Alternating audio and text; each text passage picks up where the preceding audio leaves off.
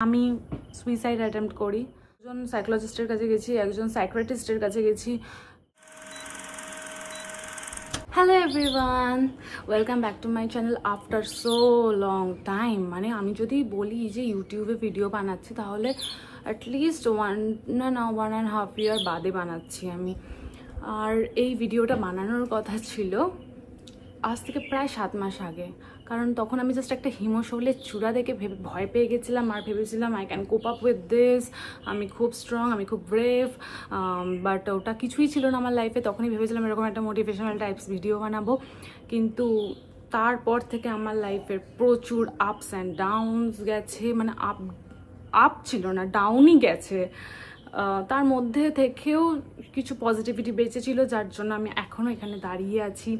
তো আমি আজকে এই ভিডিওটাতে বলবো আমি কিভাবে আমার এরকম একটা বাজে সিচুয়েশান, মানে ওর সিচুয়েশান, বাজে বললেও চলে না, ওর সিচুয়েশানের সাথে আমি কোপ আপ করেছি, কিভাবে আমি সিচুয়েশানটাকে হ্যান্ডেল করেছি, কিভাবে আমি বেরিয়ে এসেছি। এর মাঝে প্রচুর ভুল করেছি, প্রচুর অন্যায় করেছি, নিজের সাথে করেছি, নিজের বাবা মায়ের সাথে করেছি, নিজের লাইফের সাথে করেছি। কিন্তু আজকে দাঁড়িয়ে আমি বুঝি যে, পেছন ফিরে তাকালে বুঝি যে আমার লাইফটাই একমাত্র যেটা আমার কাছে ম্যাটার করে, আমি সেটাই ভুলে গেছিলাম। তো কি হয়েছে আমার পুরো জার্নিটা শেয়ার করব তোমাদের সাথে। তো লাস্ট 7 মাস না 6 মাস আগে আমার লাইফে একটা বড় ধাক্কা আসে, যেটা আমি খুব ইম্যাচিওরলি সেটাকে ফেস করি এবং আমি বুঝতে পারি না যে অনেক বড় হিমশৈল, ওটা জাস্ট একটা হিমশৈলের চূড়া ছিল, তার পেছনে এত বড় একটা হিম আসতে চলেছে যেটা আমার জীবনটাকে একদম ধরে নাড়িয়ে দেবে। তো কি করা যাবে, আর দিস ইজ কল্ড লাইফ। আমি ইম্যাচিওর ছিলাম, যে আমি ভেবেছিলাম যে লাইফটা একটা ফেয়ারি টেল, এখানে শুধুমাত্র প্রিন্স আর প্রিন্সেস এরাই থাকে, আমার সাথে সব কিছু ভালো হবে জীবনে, আমার সাথে কোনোদিন কিছু খারাপ হয়নি। আর এবং আমি এভাবে বড় হয়েছি, এইটা ভেবে যে আমার সাথে কোনোদিন কিছু খারাপ হবে না, কারণ আমি কারোর খারাপ করি না, আমার সাথে কেন কিছু খারাপ হতে যাবে। তো এইভাবেই আমি, মানে এইভাবে এই জিনিসটাই আমাকে বুঝতে দিচ্ছিল না যে এটা লাইফ, এখানে জীবনে প্রচুর বড় অবস্ট্যাকলস আসবে এবং তুমি যেইটা শেখোনি না, ঠাকুর তোমাকে সেটা শিখিয়েই ছাড়বে। এটা একটা বিগ লেসন ছিল আমার জন্য, এটা আমার জীবনে প্রচুর দরকারও ছিল, কারণ এইটা যদি আমি না ফেস করতাম না, আমি হয়তো সারাটা জীবন ইম্যাচিওরলি আমার লাইফটাকে লিড করতাম, আর খুব ইম্যাচিওর ডিসিশন নিয়ে ফেলতাম, খুব অল্পতেই কেঁদে ফেলতাম, ইমোশনাল হয়ে যেতাম। বাট আজকের দিনে দাঁড়িয়ে আমাকে আর কেউ নাড়াতে পারবে না। সো আমি 2023 সালে বিয়ে করি এবং আমার বাবা মা আমাকে সব সময় বলেছিল যে তুলি বিয়ে করিস না, তুলি মানে আমার নিকনেম, তুলি বিয়ে করিস না, কারণ বিয়েটা একটা ফেয়ারি টেল নয়, বিয়ে মানে অনেক রেসপন্সিবিলিটিস, বিয়ে মানে অনেক এক্সপেকটেশন জড়িয়ে থাকে একে অপরের সাথে, বিয়ে একটা পলিটিক্স, তো তুই পলিটিক্স হ্যান্ডেল করতে পারবি না। আমি ভেবেছি কেন, আর আমার জীবন হচ্ছে, আমি ভেবেছি কি আমার জীবনটা একটা ফিল্মের মতো, তো আমার জীবনে আজকে এই হবে সেই হবে, আমি হচ্ছে সেই ফিল্মের হিরোইন। হ্যাঁ, আর আমার না খুব চ্যালেঞ্জেস নিতে ভালো লাগে। আমি বুঝতে পারি যে ওই রাস্তায় খাতরা আছে, আমি সেই ঘুরে ফিরে ওই রাস্তা দিয়েই যাবো যেখানে খাতরা আছে।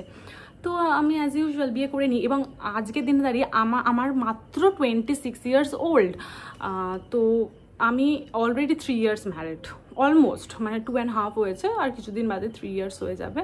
তো আজকের দিনে আমি দাঁড়িয়ে বলছি প্লিজ প্লিজ প্লিজ, যারা আর্লি 20s-এ আছো তারা কোনো দিন, মানে যেসব মেয়েরা আর্লি 20s-এ আছো তারা কোনো দিন বিয়ে করো না। সেলফ সাফিসিয়েন্ট হয়ে গেছো মানেই ঠিক আছে বা তুমি বিয়ে করে নেবে, একদমই না। তোমাকে একটা বিয়ে, মানে আমি যেই ভুলটা করেছি যে বিয়ে ভেবেছি যে একটা জাস্ট মজা, এখানে প্রচুর গিফট পাওয়া যাবে, নতুন নতুন শাড়ি, নতুনভাবে গয়নাগাটি পরে সাজবো গুজবো, এইটাই ভেবেছিলাম বিয়ে।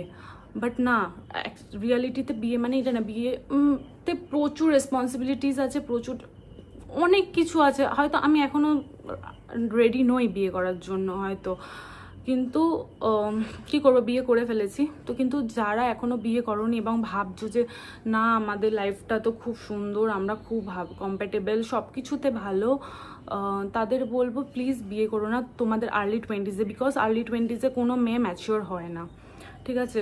সবাই ম্যাচিওর থাকে এবং most of the girls get married just because ওই এক্সপেন্সিভ গিফটস, সুন্দর সুন্দর শাড়ি গয়না এসব করার জন্য। আমি যেমনটা করেছি আর কি, খুব কম মেয়েই ম্যাচিওর হয় যারা বিয়ে করে। তো একদম বিয়েটা অন্তত করা উচিত নয়। বিয়ে তখনই করো যখন তুমি ম্যাচিওর হবে, যখন তোমার একটা বেবির দরকার হবে, যখন তুমি রেডি থাকবে মা হওয়ার জন্য, একমাত্র তখনই বিয়ে করো। আমি তো নিজের রেসপন্সিবিলিটি নিতে পারি না, তো আমি একটা বেবির রেসপন্সিবিলিটি কী করে নেব? তো I am not ready for married yet. তাও আমি 3 years ম্যারিড অলরেডি, কী আর করা যাবে, কপাল। তো যেটা হয়েছিল 7 মাস আগে, রিয়ালিটি কি ফেস করি, অ্যান্ড রিয়ালিটিটা ছিল খুবই হার্শ। আমি বুঝতে পারছিলাম না আমার কী করা উচিত, আমি কনফিউজড ছিলাম। আমি ভেবেছিলাম মানুষই একমাত্র যে আমাকে, কিছু মানুষ যারা আমাকে খুশি করতে পারে, আমার খুশি ডিপেন্ড করে সেই সব মানুষের ওপর। তার জন্য আমি নিজের জীবনের কয়েকটা মাস পুরো বাজেভাবে ওয়েস্ট করেছি। যেই মেয়েটা প্রত্যেক দিন ঘুম থেকে উঠে এটা ভেবেছে আজকের দিনটা নষ্ট করব না, আজকের দিনটায় নতুন কিছু করব, সেই মেয়েটা নিজের জীবনের কয়েকটা দিন খুব বাজেভাবে নষ্ট করে ফেলেছে। আমি সুইসাইড অ্যাটেম্প্ট করি এবং আমি দুদিন না 3 দিন 4 দিন মতো, 3.5 দিন মতো হসপিটালে ভর্তিও ছিলাম। এবং আমি হয়তো মরেও যেতাম সেখানে। আমার বাড়ির লোক, আমার বাবা মা, আমার হাজব্যান্ড, আমাকে ওরা সেই মৃত্যুর মুখ থেকে ফিরিয়ে এনেছে। আমার বলতে গেলে এখনো ভেতরটা কেমন হচ্ছে। আমি ঠিক করিনি এটা, আমি নিজের সাথে ঠিক করিনি, আমি আমার মা বাবার সাথে ভুল করেছি। সবচেয়ে বেশি যদি ভুল আমি কারোর সাথে করে থাকি সেটা আমার মা বাবার সাথে করেছি, কারণ ওরা আমাকে জীবনে কীভাবে স্ট্রং ভাবে চলতে হয় সেটা শিখিয়েছিল, জীবনে কীভাবে হেরে যেতে নেই সেটা শিখিয়েছিল। তা সত্ত্বেও আমি এরকম একটা ড্রাস্টিক স্টেপ নিই, তার জন্য আমি প্রচণ্ডভাবে লজ্জিত নিজের কাছে এবং আমার মা বাবার কাছে। এবং আমি নিজের চুল কেটে ফেলি, টক্সিক ভাবে ওয়েট লসটা হয়েছে তখন ফার্স্টে যখন এরকম আর কি ঘটেছে জিনিসটা। এরকম অনেক কিছু হয়েছে যেগুলো আমার জীবনে করা উচিত ছিল না, আরও অনেক কিছু করি, সব কিছু তো আমি এলাবোরেটলি বলতে পারছি না ভিডিওতে, তো সেগুলো করে ফেলি। মানে বুঝতে পারছিলাম না যে কী করা উচিত, কীভাবে জিনিসটাকে হ্যান্ডেল করব। মানে আমি কেন এটা, সবচেয়ে বড় কোয়েশ্চেন মার্ক আমার জীবনে আসতো যে কেন এটা হলো আমার সাথেই। অ্যাকচুয়ালি আমি বুঝতে পারছিলাম না আমার ঠিক কী করা উচিত। মানে আমি রিয়েলিটিটাকে মেনে নিতে পারছিলাম না, অ্যাকসেপ্ট করতে পারছিলাম না। তো আমি অনেকজনের কাছে গেছি, মানে 2জন সাইকোলজিস্টের কাছে গেছি, একজন সাইকিয়াট্রিস্টের কাছে গেছি, কেউ আমাকে সেভাবে হেল্প করতে পারছিল না। আমি দিন দিন মানে আমি যেতাম এই আশাটা নিয়ে হয়তো সব ঠিক হয়ে যাবে, হয়তো ওদের সাজেশনে লাইফটা আবার নতুনভাবে শুরু করতে পারবো আমি, কিন্তু পারছিলাম না কিছু করতে। তারপরে যে কিভাবে পারলাম হচ্ছে, আমি নিজের আমি সোশ্যাল মিডিয়াতেও খুব একটা অ্যাক্টিভ থাকতাম না, তো কিছুদিন ধরে আমি আবার সোশ্যাল মিডিয়াতে অ্যাক্টিভ হওয়া হতে স্টার্ট করলাম। তো সেখানে আমার কিছু মেমোরিজ ছিল 2017 সালের, ওখানে 2016, 17, 15 থেকে 17 এই সময়টা আমি দেখছিলাম যে আমি কতটা খুশি ছিলাম, আমি কত হ্যাপি ছিলাম। আমি মানে কেউ কিছু বলে কিভাবে কামব্যাক করতাম, কিভাবে কামব্যাক দিতাম, মানে আমার কি লেভেলের কনফিডেন্স ছিল। কনফিডেন্স আমার এখনও আছে, কিন্তু সেটা ইনসিকিউরিটি আরও অনেক কিছুর জন্য গেছিলো। তো আমি দেখছিলাম যে 2017 সালে কি লেভেলের কনফিডেন্স ছিল, তখন আমার কাছে কী ছিল, কিচ্ছুই ছিল না, তবু আমার কি লেভেলের কনফিডেন্স না। আমি ভাবলাম যে এই পৌশালীকে ব্যাক করতে হবে, নয়তো ভালো থাকতে পারবো না। অ্যান্ড আমি রিয়েলাইজ করলাম যে মানুষের ভালো থাকার জন্য অন্য কোনো মানুষের ওপর ডিপেন্ড করা উচিত নয়, এবং এক্সপেকটেশন কিলস। এক্সপেকটেশন তো কারোর ওপর রাখাই উচিত নয়। কারণ মা বাবা ছাড়া বাকি লোকেরা তোমাকে ডিসঅ্যাপয়েন্টই করবে যদি কারোর ওপর এক্সপেকটেশন রেখে থাকো। তো আর কারোর ওপর এইভাবে ডিপেন্ড করা উচিত না যে আমি তার জন্য এটা করছি তো সেও আমার জন্য সেমভাবে করবে। যদি কারোর জন্য করে থাকো তো নিঃস্বার্থভাবে করো, কিছু পাওয়ার আশা রেখে করো না।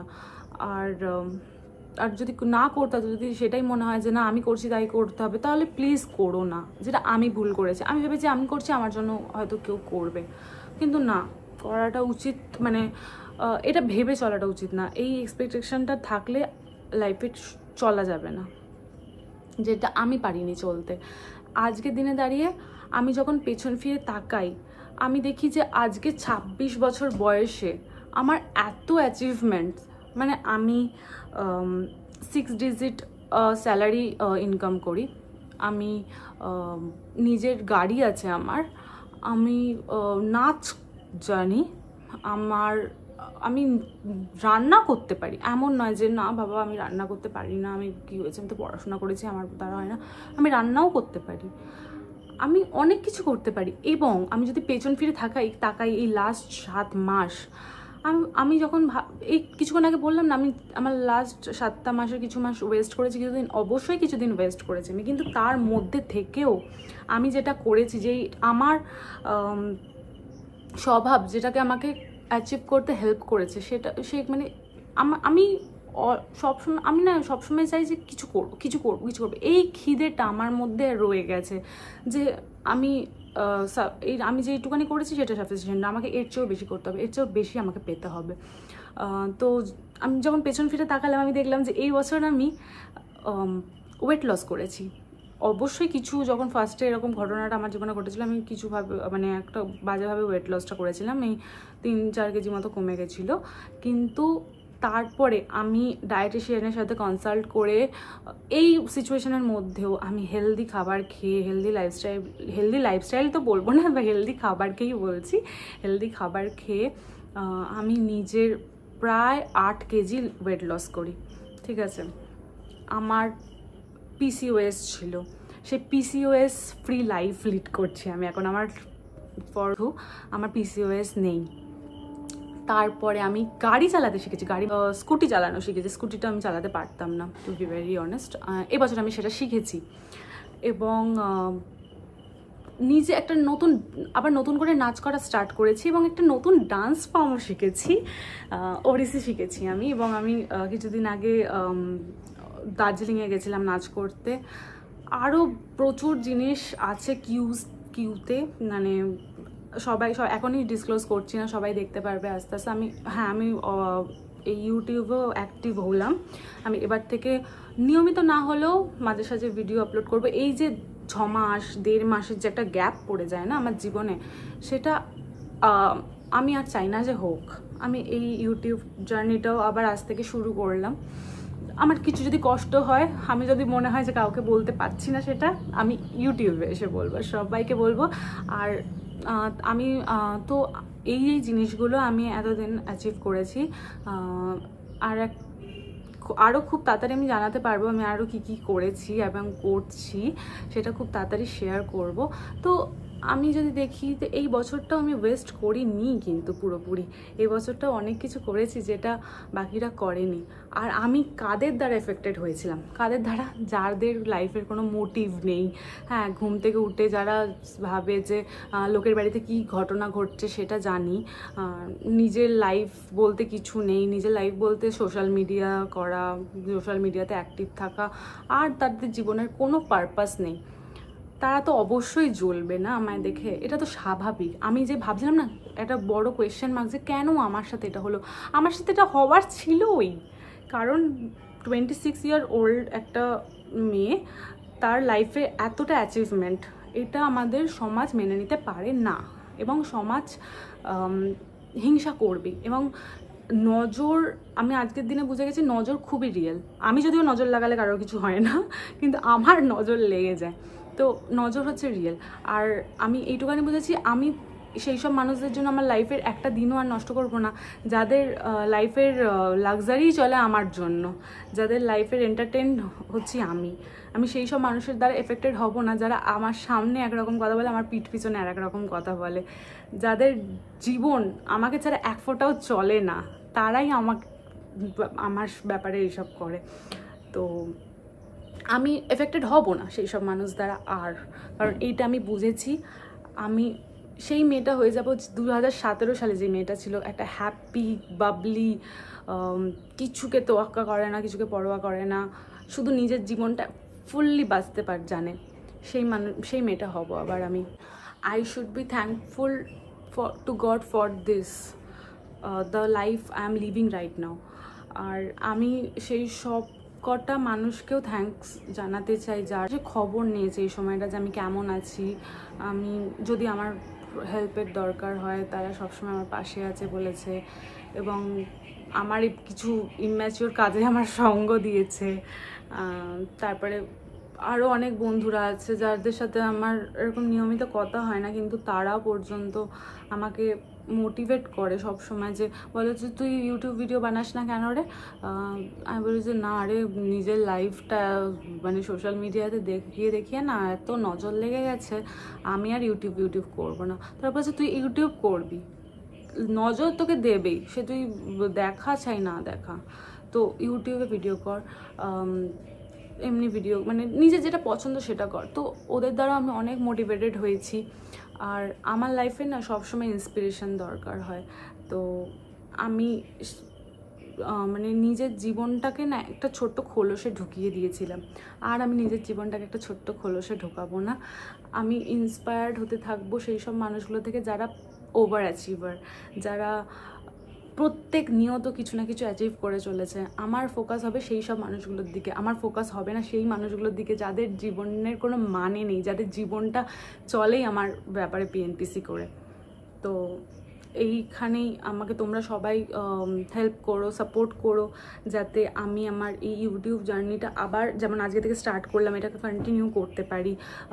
যারা আমাকে বলেছিলি যে ইউটিউবটা আবার স্টার্ট কর, তারা প্লিজ লাইক কমেন্ট করিস, একটু ইন্টারাকশান করিস, তাহলে আমারও ভালো লাগবে যে ভিডিও বানাই, অন্তত তোদের জন্য বানাই।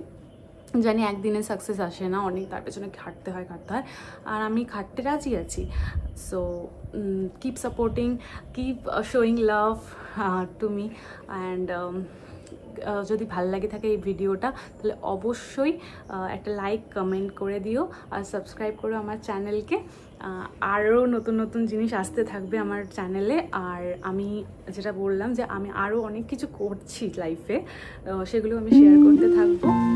যদি তোমাদের এই ভিডিওটা একটু ভালো লেগে থাকে তাহলে অবশ্যই লাইক করবে আর কমেন্ট করবে। Thank you, bye by.